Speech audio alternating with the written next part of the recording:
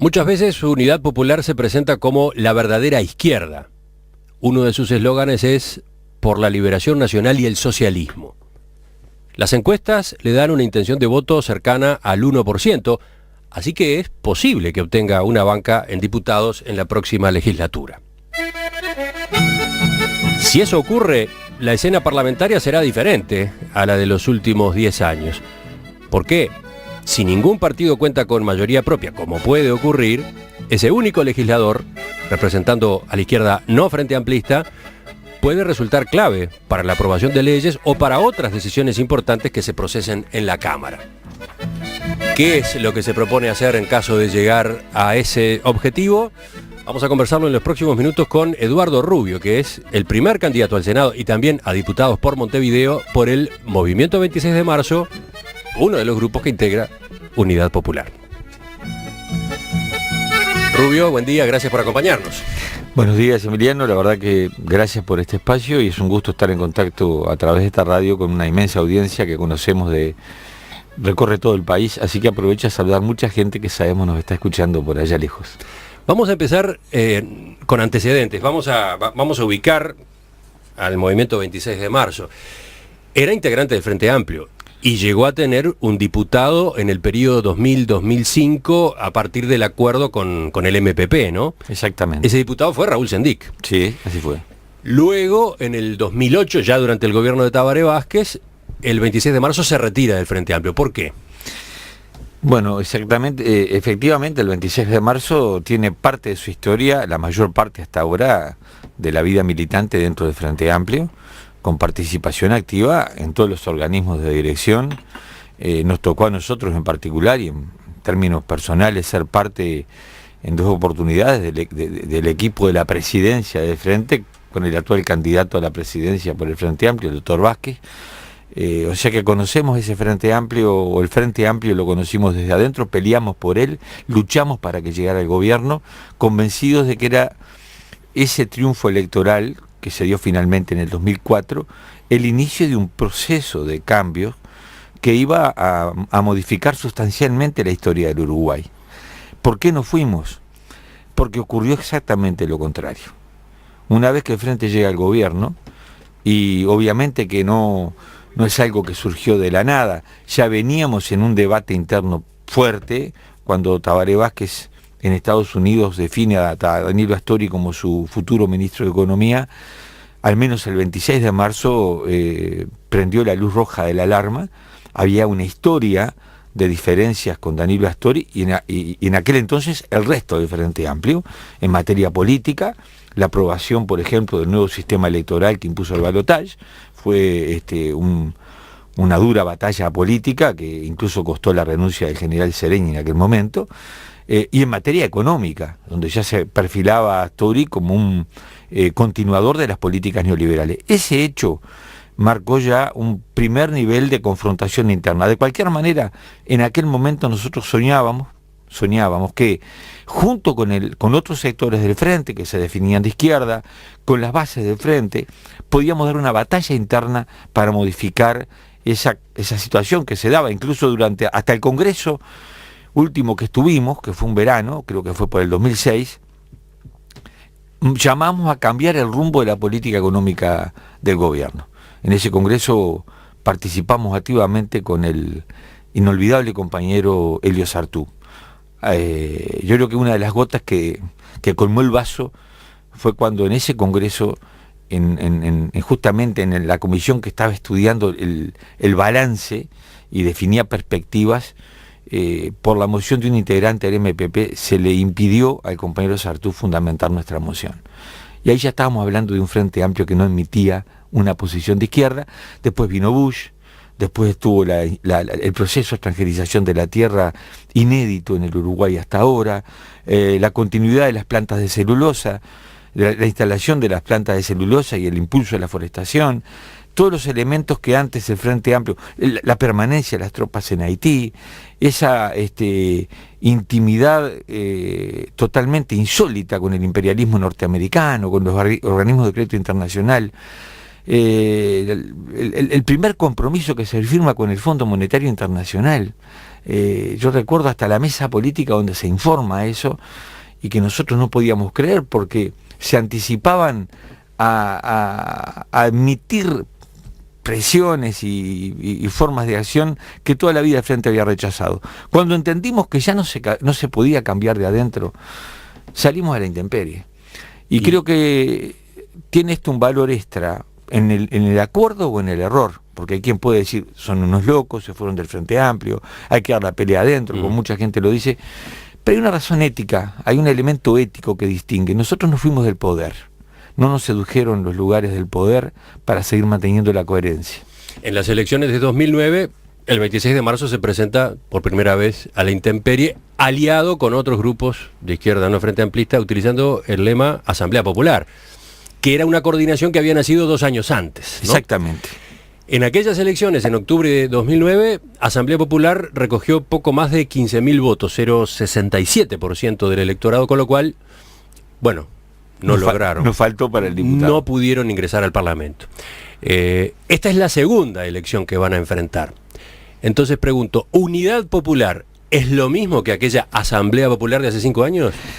Bueno, el lema sigue siendo Asamblea Popular porque ya está inscrito en la Corte, ya está legitimado como un partido permanente y no valía la pena iniciar un trámite de vuelta. El nombre Unidad Popular en sí mismo ya está expresando una ampliación de este espacio. Refleja mucho mejor la identidad de este espacio. Es la unidad del pueblo que está luchando, recoge experiencias históricas de América Latina.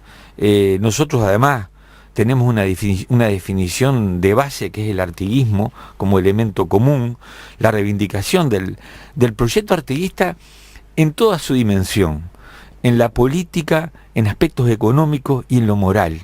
Estamos empeñados en devolverle a la política el sentido moral que debe tener, que además no es nuevo, que hay ejemplos rotundos en la historia nuestra y que se ha perdido. Ustedes se llaman Unidad Popular, pero resulta que el pueblo termina siendo poco.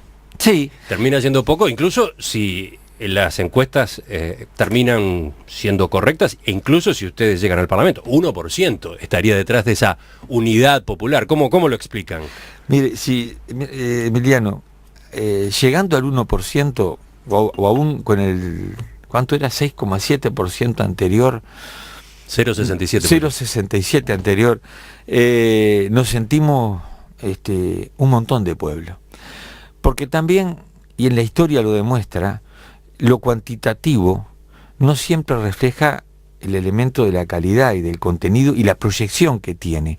Yo diría que todos los movimientos que han cambiado el mundo, podríamos empezar por Cristo o por Espartaco, para irnos muy lejos, o por Artigas para llegar más cerca, arrancaron de una minoría escandalosa. Pero y cuando me hablan de minoría, yo siempre voy a la historia nuestra, hasta dentro del Frente Amplio. Yo soy de Flores. Y bueno, mi padre fue fundador del Frente Amplio en lo nacional, en lo departamental. Mi militancia empezó allí.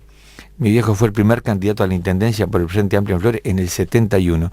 Y a mí cuando me dicen que somos pocos, yo digo, si ustedes hubieran vivido la campaña electoral del 71 en Flores, ahí sabrían lo que era ser pocos y ser violentamente rechazados. Son pocos, pero son muchos grupos, porque ese es el otro detalle, ¿no? Cuando yo le preguntaba si Unidad Popular es lo mismo que aquella Asamblea Popular de 5 años atrás, en realidad no es lo mismo porque se han incorporado grupos. Y grupos ¿Cuántos son? ¿Cuántos grupos independientes son? Tenemos en realidad 7 listas al Senado, 5 que están en todo el país, una lista departamental en Rocha que presenta lista al Senado y una lista que presenta candidatura al Senado y a diputado en 3 departamentos. O sea, a pequeña escala reproducen algo que es una costumbre del Frente Amplio, que es la enorme cantidad de sectores o movimientos, ¿no? Y los partidos de la derecha tradicional, que históricamente fueron conformados por infinidad de listas, de agrupamientos. Creo que tiene algo que ver con la identidad de la política uruguaya. Pero sobre todo cuando hablamos de la izquierda, yo ya no hablo más de izquierda verdadera, porque la izquierda no merece adjetivos. ¿Sos de izquierda o no sos de izquierda? ¿Sos de centro o no sos de centro? ¿Sos de derecha o no de derecha? Esto no quiere decir que en el Frente Amplio no haya miles de militantes de izquierda. Lo que yo digo que el Frente Amplio como partido, lo que decimos que el Frente Amplio como partido y como gobierno no representa a la izquierda. No es de izquierda una política que ha extranjerizado más tierra y concentró más tierra que nadie en la historia del Uruguay. Y entonces, ¿ustedes cómo se definen? Porque quizás entonces el término que más emplean ahora no es ese de la verdadera izquierda, pero la izquierda. Miro el programa de Unidad Popular y dice: por un gobierno antiimperialista y popular, un voto de compromiso, un voto de confianza. ¿Cómo concretamente sitúan ustedes a Unidad Popular? Por supuesto, mire, Gonzalo Abella en uno de los discursos fundacionales tuvo una definición que creo que en 2 palabras encierra la esencia de la Unidad Popular. Somos izquierda, somos patria. Porque nosotros creemos que hoy la izquierda, en América Latina en particular, no es izquierda sino es antiimperialista. O sea, el enemigo de nuestros pueblos es el imperialismo. Yo estaba escuchando ahora... ¿Cuál imperialismo? El imperialismo norteamericano, históricamente enemigo, anunciado por Bolívar, ¿no? El enemigo de los pueblos de América Latina. Ha habido otros imperios. No, sí, en la historia había otros imperios, pero... pero hubo algunos que convivieron con el estadounidense, ¿no? Pienso en la Unión Soviética. En esa época, cuando existía la Unión Soviética, ¿también ustedes eran antiimperialistas de la Unión Soviética? No, es que nunca consideramos que la Unión Soviética, hablo por el 26 de marzo, ¿no? Fuera un imperio. Era un proceso distinto, o sea, un proceso que arrancó con la revolución más grande de la historia de la humanidad, la Revolución de Octubre, y bueno, se procesó, después tuvo un momento de generación hasta que implosionó o se derrumbó, como sucede con todos los modelos de sociedad que para llegar a imponerse van sufriendo ensayos, errores y consolidación. Pero decimos, en América Latina y en el Uruguay, ser de izquierda sería antiimperialista. Y el antiimperialismo es la piedra angular, es el momento de cambio, cuando te definís, bueno, enfrento la presión del imperialismo, podés construir un proyecto nacional y democrático, que recupere la identidad. ¿Y qué quiere decir en términos prácticos ese antiimperialismo entendido por Estados Unidos? ¿Qué quiere decir? Por los monopolios, por las multinacionales. ¿Pero qué quiere decir? ¿No tener relaciones diplomáticas con Estados Unidos? No, decimos ser soberanos. Hoy el Uruguay no tiene soberanía. ¿Cuál es la soberanía uruguaya? Si incluso para traer los presos de Guantánamo nos enteramos que el canje era para vender un poco de arroz y más carne. ¿Cuál es la soberanía? ¿Qué piensan ustedes a propósito de ese acuerdo que ha estado gestando el presidente Mujica? Acá hay una diferencia con lo que pasó hoy, que llegaron niños sirios refugiados. Dentro de un rato ocurre. No llegaron todavía, mediodía. Pensé que habían llegado.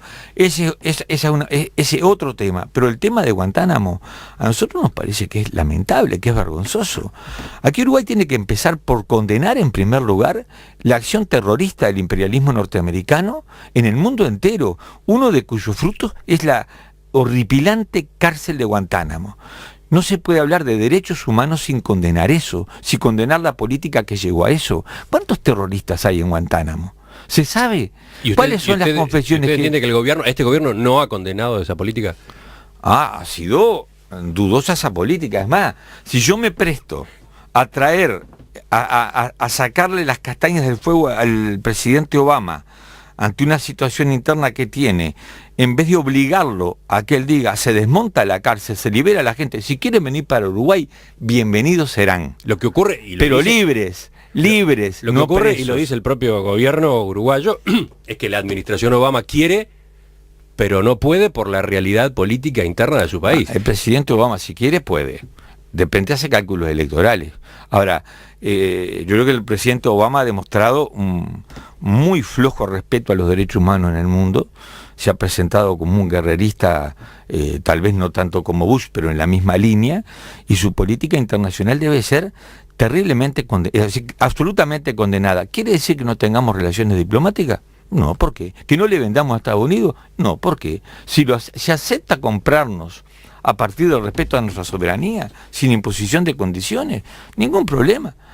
Pero nosotros tenemos un mundo con el que comerciar. Uruguay tiene un potencial brutal como productor de alimentos. Lo decía la otra vez Gonzalo, cuando le preguntaban, pero ustedes con la medida antiimperialismo, ¿qué implica? Moratoria y auditoría a la deuda externa. No podemos pagar una deuda ilegítima, que se pague lo que sea legítimo. ¿De dónde viene esta deuda? ¿Quién la contrajo? ¿En dónde está la deuda? Bueno, una parte de la deuda se ha contraído en los últimos años. ¿Para qué? En gobiernos de Por la eso, era democrática. bueno, Quizás quede algún resto todavía de la dictadura, pero... Pero mire que los intereses de la deuda inicial se multiplicaron. El boom de la deuda surge después, en la dictadura y después de la dictadura. Pero año a año se va agregando deuda en Seguro. la medida que el presupuesto funciona con déficit, Nos ¿no? endeudamos para pagar deuda, fundamentalmente, nos endeudamos para pagar deuda. Y luego seguimos pagando deuda. Uruguay se endeuda para pagar deuda. Es más, la deuda bruta que heredamos de la herencia maldita de Valle prácticamente se duplicó durante los gobiernos del Frente Amplio. Y yo me pregunto, ¿y dónde está la deuda? ¿A quién le tocó? ¿A los jubilados que ganan 7.000 pesos por mes? ¿A los 800.000 uruguayos que ganan menos de 15.000 pesos por mes? ¿A la inmensidad de uruguayos que están soñando con una vivienda y que no tienen ninguna chance de acceder a ella? En el gobierno dicen que la cuenta está mal hecha, que lo que hay que tener en consideración no es el aumento de la deuda bruta, sino cómo es la relación entre el nivel de deuda y el Producto Bruto Interno. Y el producto ha crecido mucho, en especial durante estos gobiernos de Frente Según Amplio. las cuentas que hacen varios economistas, la deuda bruta está en el 60% del PBI. Es un porcentaje bastante grande. Y además ahí juegan muchos factores técnicos, ¿verdad? ¿Cuál es el interés que se paga por esa deuda? Porque no me comparen con otros países que de repente no pagan ningún interés. Entonces, estamos endeudados. La deuda compromete. Hay un estudio brillante del contador Dardo Adigón, que ha escrito un libro, que hace la historia de la evolución de la deuda externa del Uruguay. Y lo más digamos, impresionante es la conclusión a la que llega Arigón. Nosotros no debemos, nos deben. Por lo que hemos pagado en concepto de intereses, de refinanciaciones, de pagos por mora, ya pagamos mucho más de lo que nos prestaron. Entonces, el planteo de Unidad Popular hoy es... moratoria, auditoría y no pago de lo que sea deuda legítima. Nosotros planteamos nacionalizar y estatizar los sectores fundamentales del sistema financiero. ¿Qué soberanía tiene un país si no controla su sistema financiero? Yo estoy leyendo, mira, una historia de la guerra de la Triple Alianza, ¿no? La guerra contra el Paraguay, el crimen contra el Paraguay. Y si será viejo esto de la deuda externa y de la soberanía, que el motivo central por el que Gran Bretaña y en cierta medida Francia usaron a Brasil, a Argentina y al Uruguay criminal de Flores, o del criminal Venancio Flores, era para aplastar la soberanía, la independencia económica del Paraguay, que no tenía un solo peso de deuda externa, en tanto que Uruguay ya nació con deuda externa, como Argentina, como... Si será viejo esta historia. Entonces, recuperar la soberanía, definir qué queremos ser como país, como pueblo, como nación, pasa por recuperar la independencia financiera. Ustedes están entonces levantando banderas que son... de la propia génesis del Frente Amplio. Nada nuevo en ese planteo. Pero claro, desde el Frente Amplio le van a decir, esta gente se quedó en el pasado, está trancada, no entiende cómo evolucionó el mundo. Esa pregunta es grandiosa, porque ¿sabe qué, Emiliano? Los que se quedaron en el pasado son los que asumieron las políticas de la derecha como propias. Frente Amplio nació para cambiar eso. No es nuevo la subordinación al Fondo Monetario, nació con Asini en el Uruguay, primera carta de intención, 1958, que trajo la brutal devaluación de allá del 63, 64. O sea, si será viejo lo que están haciendo. Las privatizaciones, la apertura del comercio y a la inversión extranjera como la única solución. Es más, en gobiernos que venían de la época del vallismo tenían ciertos diques de contención. Pero entonces...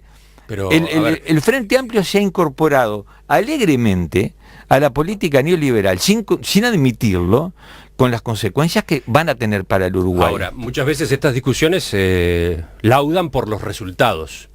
Y desde el gobierno le pueden decir, por ejemplo, Unidad Popular cuestiona la política en materia de inversiones extranjeras, pero gracias a esa política y otras, resulta que hoy estamos con uno de los índices de desempleo más bajos de la historia. Vamos a los 5 o 6%. Seguro. Vamos a los hechos. ¿Qué responden ustedes sobre ese dato? Que vamos a los hechos. Vamos a ver el Uruguay de hoy. ¿Qué mejor estamos? Entonces vamos el Uruguay es un país esencialmente agropecuario, ¿verdad? es la historia nuestra, yo diría que es el potencial nuestro. ¿Qué ha pasado en el campo? En los últimos 12 años, ¿cuántos desaparecieron? 11.000 establecimientos de menos de 100 hectáreas. Eso implica que se fueron del campo ¿cuánta gente? Porque la forestación no genera fuentes de trabajo. Yo no recuerdo la cifra exacta. El economista José Antonio Roca habla que la misma cantidad de tierra dedicada a la lechería que a la forestación, creo que genera 4 veces más empleo la lechería que la forestación. O sea, desertificamos el campo, lo extranjerizamos, una cuarta parte del país en manos extranjeras. Ojalá volviéramos a tener a Carlos Julio Pereira en el Parlamento, ¿verdad? Reclamando la ley que impedía la venta de tierra a extranjeros. Pero mira, bueno, le puede responder, pero al mismo tiempo hay puestos de trabajo de mejor calidad, en los que se requiere incluso mayor formación, mayor educación, y condiciones de trabajo y de vida para esos trabajadores del campo que son mejores que las de antes. Bueno, primero hay que ir al campo, ¿verdad? Y constatar las condiciones de vida de los trabajos. Yo no recorro todo el país, recorro. Se ha mejorado en algún aspecto, se ha empeorado en otro, pero no ha habido un cambio sustancial. Y sobre todo, como proyecto de país, ¿qué tenemos para adelante? Porque si ustedes se quedaron anclados en el pasado, no nos quedamos anclados en el pasado, porque el proyecto todavía no se instaló. ¿Cuándo se hizo una reforma agraria en el Uruguay? En 1815. Y cuando lo derrotan a Artigas, lo primero que hacen los enemigos de Artigas es la contrarreforma agraria. De allá hasta ahora, nunca más. Entonces, lo viejo es lo que está. Lo nuevo es lo que está por venir. Hay que cambiar, porque la pregunta es si nosotros seguimos forestando al Uruguay, si seguimos plantando soja, fumigando, ¿no? Usando los agrotóxicos y los venenos. No lo dice la Unidad Popular, lo dice la Universidad de la República, lo dice Arlatu. Alto nivel de contaminación en el río Uruguay y en el río de la Plata. Eso quiere decir que lo que desemboca en el río Uruguay y en el río de la Plata está altamente contaminado. ¿Y eso es fruto de qué? Del modelo económico vigente. Nosotros planteamos... Entonces, por eso es que... ¿Estamos mejor? No le conforma, por ejemplo, el índice de desempleo que hoy hay. Pero es que el índice de desempleo, se enojaban, yo estaba escuchando ahí en el pasillo y se enojaron mucho, creo, con el intendente Enciso, porque dijo que él se maquillaba en las cifras. Claro que se maquillan las cifras, de una manera muy sencilla. Si usted cambia los parámetros, yo siempre pongo el ejemplo, yo puedo decir, soy campeón mundial de salto alto. No me diga, sí. ¿Y en qué medida? No, porque en la medida que yo compito, el campeón mundial salta unos 50. Ah, grandioso, soy campeón mundial de salto alto. Ahora, si voy a las Olimpiadas, quedo en el último lugar, ¿sabe? Entonces, si yo trabajo una vez o algunas horas en los últimos 15 días, o si busqué trabajo y me consideran ocupado, si yo ando en un carrito reciclando basura y me consideran ocupado, si yo pago el BPS porque limpio parabrisas, eso no es verdad. Y la calidad del trabajo, Emiliano, en algunos casos hay trabajo altamente calificado, pero yo pregunto, ¿cuántos miles trabajan en las empresas de seguridad? ¿Cuántos miles trabajan en trabajos bajamente calificados y de sueldos miserables? Estamos conversando esta mañana en Perspectiva con Eduardo Rubio, candidato al Senado y a la Cámara de Diputados en Montevideo por el Movimiento 26 de Marzo, Unidad Popular. ¿Cómo sería la gestión parlamentaria de un diputado si lo obtuviera Unidad Popular? Hablamos de eso enseguida. Rubio, según la intención de voto que le adjudican las encuestas, ustedes estarían cerca de lograr una banca en la Cámara de Representantes. Si así fuera, obviamente el diputado electo sería usted, ¿no? ¿Qué podrían hacer? ¿Qué podrían hacer desde esa banca, una sola en diputados? Bueno, primero hay que pelear mucho para concretar eso, ¿verdad? Nosotros... No, pero en la pelea o en la tarea de convencer a la gente de que los vote, uno de los argumentos que ustedes tienen que haber armado, supongo, es ¿para qué sirve tener uno? Es verdad. Porque mucha gente puede pensar, ¿para qué? Sí, más o menos coincidimos en lo que ustedes piensan, pero ¿qué puede hacer Rubio sentado ahí en la Cámara? Yo creo que esa pregunta es válida, que es una pregunta que está respondida incluso por la historia. El otro día en la calle estaba repartiendo material de propaganda en la Plaza Libertad y me para una vieja compañera del Frente Amplio de origen socialista, furgonista más precisamente. Entonces, y lo lindo fue que del conocimiento mutuo de tanto tiempo, ella no nos vota, pero nos deseó suerte y nos dijo, va a ser importante que estén ustedes allí, va a ser importante. Y yo le dije, sí, estaremos muy solos, ¿no? Y me dijo, ¿y cuánto tiempo estuvo solo Frugoni? Y entonces, ¿y sirvió que estuviera Frugoni? ¿O sirvió que estuviera Julia Arévalo, también en soledad en la Cámara? Yo creo que la izquierda tiene historia de eso. Y es un punto de apoyo para un gran proceso de reconstrucción del movimiento popular y de la izquierda uruguaya. Eso como un primer elemento más general. Después, claro que va a servir. Nosotros, ¿qué pensamos hacer en el Parlamento? Hay un primer elemento que tiene que ver con un tema que abordábamos hoy. Nosotros vemos con preocupación el alto nivel de descreimiento que hay en la gente en la política. Eso es malo para el país, para la democracia. O sea, nosotros somos polémicos, lo sabemos. Hay quienes piensan, dicen, estos están en el pasado, otros dicen, están locos, esto es imposible. Está bueno, pero generamos el debate. Y hay que pensar, y hay que atreverse a pensar. Y nosotros decimos, sí, ¿es imposible lo que nosotros proponemos? La pregunta que hay que hacer es al revés, ¿es posible seguir por este camino? ¿Podemos seguir contaminando, extranjerizando, condenando en la crisis que vivimos con la educación? Pero entonces, yendo concretamente al Parlamento, ¿cómo se notaría la presencia de ustedes de ese único diputado? Primero la batalla por la cristalinidad, por la transparencia y la lucha contra la corrupción. Nosotros vamos a ser férreos defensores de los dineros públicos. Ahora la mayoría parlamentaria que existió durante estos dos gobiernos ha impedido procesos de investigación a tiempo. Yo creo que si hubiera habido voces más firmes, podríamos haber advertido lo de Pluna, haber frenado el escándalo y la estafa de ACE, para poner un ejemplo, dar la batalla contra el acomodo en los cargos de confianza, achicar ese gasto brutal que tiene el Estado, pelear... Ustedes han dicho que Raúl Sendic tendría que estar preso. Sí, lo dijo el compañero. Le preguntaron a Gonzalo Abella hablando del tema de la corrupción. Y nosotros decimos, tienen que estar presos los que han faltado a la ética en la administración de la gestión pública. Es tremendo decir eso de parte de ustedes que albergaron a Raúl Sendic. Sendic fue compañero de ruta el 26 de marzo durante ¿cuántos años? Si algún día Eduardo Rubio es responsable de que perdamos 200 millones de dólares en un año en ANCAP, que nos fumemos los cheques sin fondo de Pluna, ¿verdad? Que sigamos con el barril sin fondo de Alur, que enfrentemos una denuncia tan grave como la de sobrefacturación por 3 en la construcción de una planta de etanol. Si un día Eduardo Rubio es responsable de eso, que me manden preso. Pero también han dicho que por lo menos debería renunciar al apellido que tiene, traidor del pueblo. ¿Cómo juegan, digamos, las rencillas personales o los enfrentamientos que tienen otro motivo que no es el estrictamente político de gestión de gobierno? Eso no lo dijimos nosotros, pero lo asumimos, porque fue dicho por compañeros nuestros, y lo asumimos, porque expresa sentimientos que no se refieren a una persona en particular, sino a un proceso en su conjunto. También a lo que pasó, porque fue muy escandaloso. Es muy duro lo que está pasando con ANCAP, es muy duro para el país. El otro día escuchaba que Alur dio un superávit de 2 millones a partir de que ANCAP le adelanta 5 millones de dólares. Eso es insostenible. Como son sociedades anónimas, el Estado no puede investigar. Son las cosas que tenemos que parar. Entonces, pero no hay ni rencores personales, ni hablar. Hay sí enfrentamiento político y denuncia de actitudes. Por ejemplo, en los trámites parlamentarios de leyes, ¿cómo podrían incidir ustedes? Nosotros hemos incluso pensado en algunos proyectos de ley por los que pensamos pelear desde el pique. Nosotros, obviamente, si fuéramos gobierno, emprenderíamos el proyecto de transformaciones profundas que está plasmado en nuestro programa. Y no solo creemos que es posible, sino que pensamos que es lo imprescindible. Pero no van a ser gobierno. No vamos a ser, por ahora. Entonces, por ahora no vamos a ser gobierno. Desde la minoría y desde la minoría en el rincón, esa de uno primero, en 99. Primero, defensa de los dineros públicos, defensa de lo que el pueblo vuelca al Estado para que lo reciba en salud, en educación, en vivienda, cosa que no pasa o pasa a media.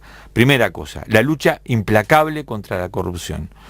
Segundo, nosotros vamos a dar una batalla, por ejemplo, hay un tema muy doloroso para la juventud uruguaya y para los trabajadores uruguayos, el tema de la vivienda. El déficit habitacional del Uruguay es escandaloso. Los planes de vivienda son inaccesibles para los jóvenes, para los trabajadores, para la gente de ingresos medios incluso, ¿verdad? Lo digo hasta por experiencia personal, por lo que le pasa a mis hijas.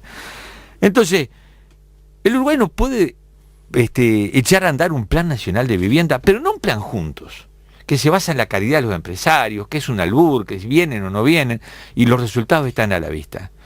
no fundamentándose exclusivamente en el cooperativismo de vivienda, que es bueno y al que hay que darle espacio. El Estado debe asumir eso. ¿Cuánto implicaría invertir, qué le costaría a Uruguay invertir por año 500, 600 millones de dólares en un plan nacional de vivienda? Pero entonces hay que entender que ustedes van a presentar un proyecto de ley de ese tipo. Sí, cómo no. Vamos a presentar un proyecto para el desarrollo de una flota pesquera nacional, una ley nacional de pesca. Nosotros estamos desperdiciando una riqueza increíble, nos las están robando, estamos depredando, estamos perdiendo. Vamos a dar la batalla por la defensa de las empresas públicas y la recuperación de lo que se ha privatizado. Vamos a tomar iniciativa, porque eso no puede ser, mejor dicho, vamos a tomar iniciativas políticas para que el Ejecutivo tome iniciativa, porque a él le corresponde, del incremento de las jubilaciones, de la modificación del ajuste para volver a hacer cada 4 meses, para que no le roben la jubilación durante el año. Nosotros vamos a pelear por una jubilación mínima de media canasta básica. Lo vamos a hacer desde el Parlamento. ¿Lo vamos a hacer solos? No, porque un voto solo es testimonial y muchas veces el testimonio es fundamental. Mire que a veces el testimonio de un voto puede marcar la historia, pero además, si nosotros hablamos de que vamos a pelear por la educación pública, por ejemplo, otro de los aspectos que tenemos en carpeta, está en el programa, por la vivienda, por el trabajo, por la pesca, por las jubilaciones, ¿lo vamos a hacer solos? No.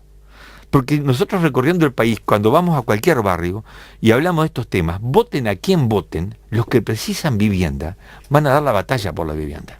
Y yo quiero ver, Emiliano, qué pasa cuando un proyecto de estos llegue al Parlamento con el respaldo de miles de trabajadores, de miles de jubilados, de un pueblo organizado y movilizado, que es lo que queremos recuperar, y para eso un parlamentario sin duda sirve y mucho. El Partido Independiente también hace campaña remarcando la importancia de que el próximo gobierno no cuente con mayoría parlamentaria propia, como la que ha tenido el Frente Amplio en estos 2 periodos de gobierno. Si eso se da, se evitan leyes aprobadas sin suficiente debate, incluso con vicios de inconstitucionalidad. También se evita el bloqueo a las comisiones investigadoras que ha existido cuando ha habido casos de presuntas irregularidades. O sea, lo menciono porque el Partido Independiente, que se define de izquierda, convoca al voto de aquellos que acompañaron al Frente Amplio en las últimas elecciones, pero que hoy están desconformes con esas prácticas de mayorías parlamentarias regimentadas que han llevado a cometer errores o a quitarle potestades de control al Parlamento. ¿Cuál es la diferencia entre el planteo de Unidad Popular y ese otro del Partido Independiente? El Partido Independiente se define de izquierda y todo el mundo tiene a definirse como más le guste. Yo puedo decir que soy una persona muy hermosa y nadie me lo va a creer. Es como que, por eso digo, el Partido Independiente dice que es de izquierda y nadie le puede creer, porque no puede ser de izquierda quien apoya a Aratirí, la megaminería, este proceso de extranjerización de la tierra. ¿Cuáles han sido las diferencias del Partido Independiente en materia de políticas globales, de políticas macro? Yo diría, hoy en el Uruguay tenemos un problema en la política, y es que los 4 partidos con representación parlamentaria defienden esencialmente el mismo proyecto económico y de país. Por eso la calle se da el lujo de invitar a jerarcas de Frente Amplio, que no tengo ninguna duda que debe ser así y que quedarán en el gobierno, como ha habido blancos en el gobierno de Frente Amplio. La próxima ministra de Economía, si gana la calle, era la persona clave en la gestión de la deuda externa, fíjese qué tema, y lo mismo podía pasar al revés. Defienden el mismo modelo de país. ¿Sobre qué se debate en el Uruguay? Sobre el tema de la seguridad, y la única diferencia que tienen es si no la baja o si a la baja. Obviamente para nosotros no a la baja, pero rotundamente, pero además porque nosotros queremos combatir las causas de la inseguridad. Acá todos coinciden que el problema es que un botija robe un monedero, que es un problema, pero nadie habla de la inseguridad de una sociedad enferma, donde la inseguridad está en el trabajo, en la vejez, en la salud, en una educación desastrosa. Entonces, el Partido Independiente y nosotros en común tenemos solo un elemento, es que afirmamos que la elección de octubre es una elección parlamentaria. Y esto la gente sí tiene que comprenderlo. Nadie gana en primera vuelta. Ahora, las posibilidades de llegar al Parlamento para poder jugar ese papel que usted venía describiendo serían mayores si ustedes votaran juntos con los otros sectores que podríamos llamar, no sé, de izquierda radical, extra frente amplista. Sin embargo, Unidad Popular va por un lado, el Partido de los Trabajadores, el PT, va por otro, y el PERI, el Partido Ecologista Radical Intransigente, va por un tercer camino. ¿Por qué no se pusieron de acuerdo? ¿Por qué no van en un lema común, un frente unido, entre comillas, de verdadera izquierda? Sí, esos son procesos que uno no los decreta, ¿verdad? Esos se construyen, y para eso se construyen en coincidencia, no hay solamente un cálculo de conveniencia electoral. Muchas veces nosotros decimos, bueno, usted no se queda dentro del Frente Amplio, electoralmente sería mucho más favorable, y si nos pintamos medios de izquierda, capaz que a todos los desconformes. Pero el problema no es que sea un problema de cálculo de conveniencia electoral. Creo que en algunos casos se pueden dar procesos de acercamiento, de unidad. En otros casos, yo decía, el caso del Peri, por ejemplo. Peri estuvo en la fundación de la Unidad Popular, después se apartó. Incluso previo a la interna nos llamaron para poder ver si podían votar en conjunto, no teníamos ningún problema. Finalmente decidieron adoptar un camino propio. Desde el PT se sostiene lo contrario, que hicieron, es verdad, que hicieron un ofrecimiento incluso de comparecer adentro del lema eso es Popular, Unidad Popular, y sin embargo no hubo forma. No, pero para terminarlo primero, el PERI optó por un camino propio. Creo que ahora se va entendiendo, porque hay algunos planteos que son realmente no compartibles de parte nuestra, pena de muerte, castración a los violadores, en fin, yo qué sé, son cosas que no condicen con un planteo de izquierda. Y con el PT, el problema es que el planteo no llegó prácticamente una semana antes del cierre de la inscripción en la interna, y obviamente todo proceso de acuerdo político exige una discusión en serio y a fondo, y por eso digo que hay procesos que seguramente en el futuro se van a ir consolidando. Pero el mayor, creo que nosotros desde el punto de vista electoral, nuestra batalla está dada en convencer, no a los votantes del PERI ni a los del PT. Nosotros tenemos un inmenso universo en el Frente Amplista desconforme, al que hoy el Frente Amplio lo asusta con el cuco del cookie. Dice, no, está bien. Es cierto que no hicimos las cosas como son, pero mirá que si no votás de frente gana el cookie. Ese es el voto del miedo, no es el voto de la izquierda. La izquierda nunca votó por miedo, votó con alegría, votó con el afán de construir, de jugarse, y a esos frente amplistas los convocamos nosotros. Algunos piensan votar en blanco o anulado. Bueno, y en algunos sí, hay expresiones, por ejemplo, del exdiputado Pérez Vilinski, que ayer, como Tupamaro desconforme, y reconociendo que Tabaré Vázquez es neoliberal, que es más de lo mismo, que no cambió nada, dice que vota en blanco en octubre y en la segunda vuelta Tabaré. Y acá hay una trampa, porque debe saber la gente que quien vota en blanco o anulado en octubre está favoreciendo decididamente al Frente Amplio, porque le puede permitir llegar a tener mayoría parlamentaria sin ganar en primera vuelta y sin tener la mayoría de los votos, porque le baja el coeficiente necesario para esa mayoría parlamentaria. Quien llama a votar en blanco o anulado, consciente o inconscientemente, está favoreciendo al Frente Amplio. Eduardo Rubio, dirigente del Movimiento 26 de Marzo, candidato al Senado y a diputados en Montevideo dentro del lema Unidad Popular. Gracias por acompañarnos esta mañana. Bueno, muchísimas gracias para ustedes, ha sido realmente un momento muy bueno que hemos pasado pudiendo desarrollar los temas. La convocatoria a todo el mundo a pensar y a votar con alegría, con compromiso, y a votar realmente por lo que la gente sienta. Es el voto del alma, el voto yo diría, del compromiso con nuestra gente. Y la Unidad Popular ofrece un camino realmente distinto y de cambio. Enseguida venimos con la tertulia de este jueves.